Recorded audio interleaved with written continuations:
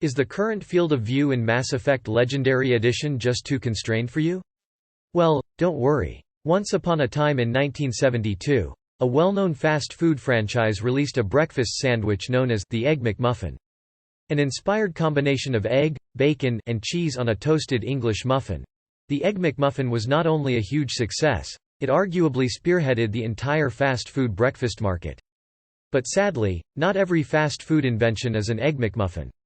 Your average fast food chain relies on a team of culinary professionals to come up with new ideas.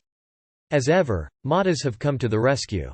Mass Effect Legendary Edition launched last Friday and brings the trilogy to the newer consoles and, of course, to the PC. The remaster features several improvements and upgrades over the original 3 games, such as better textures, controller support for PC, and more. On PS5 and Xbox Series X, the game is targeting 60 FPS at 4K, and between 60 to 120 FPS at 1440p. Mass Effect Legendary Edition provides fans and new players with the ability to experience the incredible universe and dynamic cast of characters in Mass Effect with enhanced visuals like never before. Remastered character models, tens of thousands of up-res textures, shaders and VFX, updated lighting and improved dynamic shadows, volumetrics and depth of field combined add to a new level of immersion in the trilogy. However, the PC version isn't up to modern expectations in some facets like FOV. Sometimes, they dream up timeless tasty gems like the In-N-Out Double Double or the McDonald's McRibs. As always, mod games at your own risk yada yada. Other times, they dream up weird, forgettable, and just plain gross concoctions that quietly disappear from their menus forever, never to torture another taste bud again. At the risk of reawakening unpleasant memories and tummy aches, here's some of the most bizarre discontinued fast foods you totally forgot about. Taco Bell's Waffle Taco. Taco Bell, a self-proclaimed, outside-the-bun kind of company, wasn't about to let McDonald's steal all the breakfast glory with its Egg McMuffin. Joining in on what some dubbed the fast food, breakfast wars, Taco Bell rolled out its first-ever breakfast menu in 2014. Along with standards like breakfast burritos, the Taco Bell morning menu included a strange new beast called the Waffle Taco. As its name suggests, the Waffle Taco consisted of a taco-shaped waffle packed with breakfast taco fillings, eggs and meat, and served with syrup on the side. Although fellow breakfast items like the AM Crunchwrap, now called the Breakfast Crunchwrap, were a hit for Taco Bell, the Waffle Taco was a miss. Soon after its debut, Taco Bell Chief Marketing Officer Chris Brandt hinted that some items might run out of gas. Sure enough, the Waffle Taco was taken off the menu in 2015 and replaced with the Biscuit Taco. However, having personally tried this mod, I can say that it's quite simple to install and it actually does what it says on the tin. The Biscuit Taco followed the same basic formula, with a biscuit in place of a waffle shell, and, surprise, it's also no longer on the menu. Burger King's Bacon Sundae, taking a cue from the bacon as dessert fad that gripped the United States in the 2000s, Burger King introduced a special edition Bacon Sundae in the summer of 2012. After being tested out in Nashville, Tennessee, the sundae was met with mixed reviews and fierce debate when it was made available nationwide. The mod in question is called Better Camera, Higher FOV, by author Jade Barker and can be found over on the Nexus. Fans called it crunchy and smoky, and appreciated its generosity on the bacon. NPR wondered if it was brilliant or tragic, while The Atlantic found it downright offensive. You be the judge. Picture a sundae with vanilla soft serve ice cream drizzled with chocolate fudge and caramel. Then, imagine that sundae is topped with real bacon crumbles and finished off with an entire strip or two of bacon. All hail Nexus mods. The mod contains files available for all 3 remastered games, and provides detailed instructions as to where you should install each file. If that mental image does it for you, we're sorry to report that you're out of luck, since the limited edition sundae never made it past that blessed summer. It's pretty straightforward, and in my own personal experience, works as advertised. But, since Burger King does still offer sundaes with caramel and chocolate fudge, you could technically DIY your own by ordering a sundae with a couple of sides of bacon and crumbling them in there yourself. McDonald's Pizza. Although it was already the world's biggest name in burgers by the 1980s, McDonald's wanted more. The pizza industry was booming, and the fast food empire was hungry for a slice of the pie. Thus began McDonald's quest to develop its own pizza. If you're playing the game on a monitor, definitely give this mod a look. Stay tuned for our review of Mass Effect Legendary Edition. Image via Jade Barker. A highly opinionated avid PC gamer, Perna blindly panics with his friends in various multiplayer games, much to the detriment of his team. Constantly questioning industry practices and a passion for technological progress drive his love for the video game industry. After calzone-shaped pizzas and mini pies flopped regionally, the chain decided to release a traditional, full-size, circular pizza. The McDonald's team of fast food scientists even invented a quick cook oven that baked up the frozen pies in under 6 minutes. In 1989, McDonald's began testing out their pies, expanding to 40% of restaurants nationwide by the early 90s. So what went wrong? For starters, in order to accommodate the new pies, McDonald's restaurants across the country would have to widen drive-through windows and expand kitchens to make room for the ovens. Secondly, even with ultra-fast ovens, pizzas took longer to cook than many customers were willing to wait for fast food. He pulls no punches and tells it like he sees it. And finally, at $5.99 to $8.99 per pie, the pizzas cost more than people were used to spending at the Golden Arches. McDonald's pizzas didn't make it past the 90s at most franchises. He runs a podcast, Gaming the Industry, with fellow writer, Joseph Bradford, discussing industry practices and their effects on consumers. 2 rogue McDonald's locations in Ohio and West Virginia still served the fabled pies long after they were discontinued, though they finally came off the menu in August 2017. Wendy's Superbar. Unlike many of the other items on this list, Wendy's Superbar didn't die because it was a flop. It failed because it was too much of a hit. For a brief, wondrous period during the late 80s and 90s, Wendy's offered an all-you-can-eat buffet with salad, fruit, and Mexican Fiesta, and pasta stations known as the Superbar. The Mexican Fiesta portion was a taco bar with taco fixings and meat of questionable origins. The cleverly named pasta station featured different types of spaghetti and sauces, along with breadsticks. There was even a dessert area with chocolate and vanilla pudding. And you could load up your tray as many times as you wanted for the low price of $2.99 at most locations.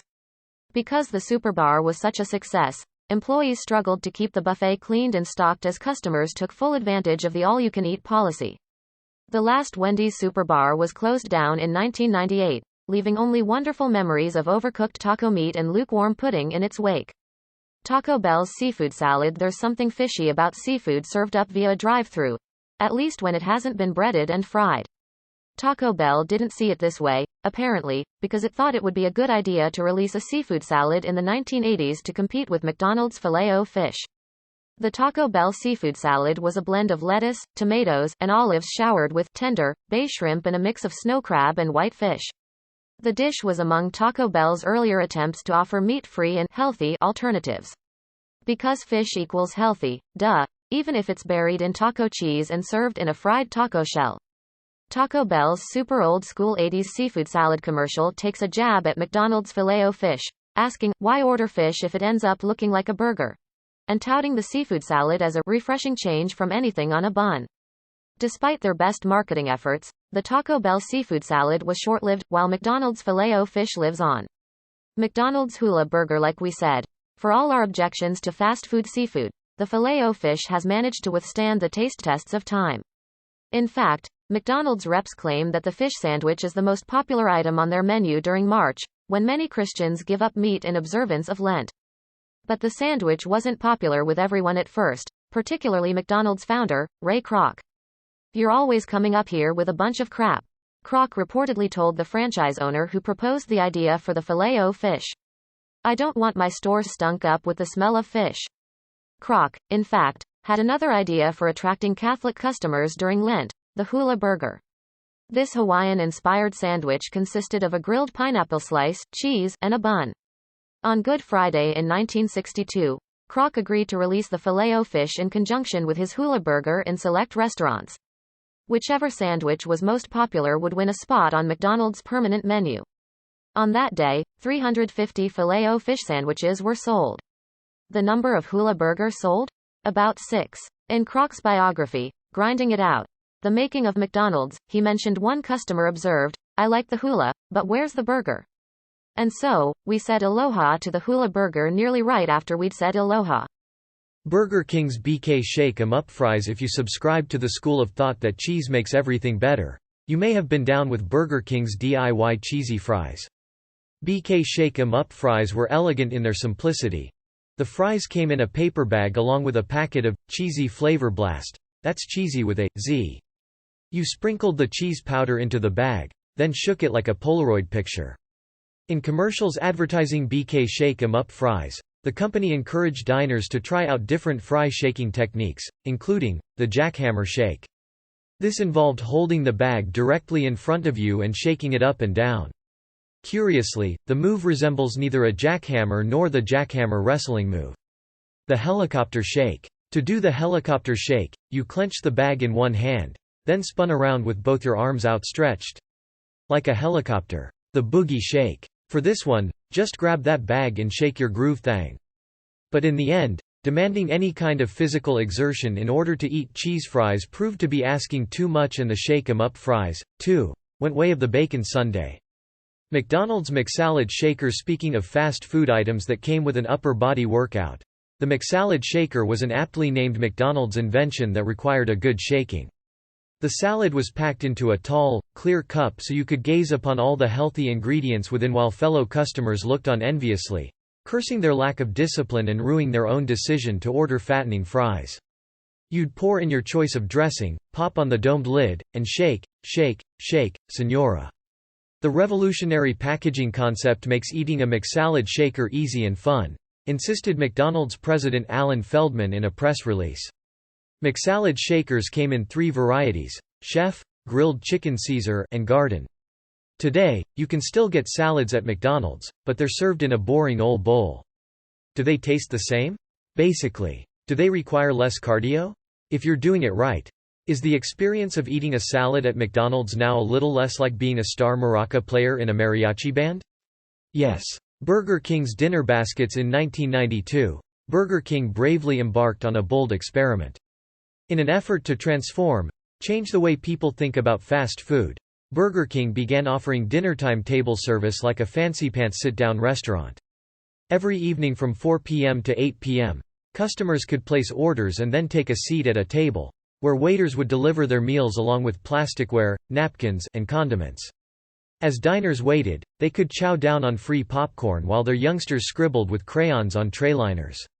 As part of its elaborate dinner experiment, Burger King dished out dinner basket entrees like steak sandwiches, chicken fillet, and fried shrimp, served with a choice of fries or baked potatoes and salad or coleslaw. All this for as little as $2.99. So confident was Burger King in their daring dinner service quest, they invested heavily in its marketing campaign. They hired actor Dan Cortese from MTV Sports to yell, "I love this place," at the camera amid frenetic music in a series of frighteningly adrenalized commercials.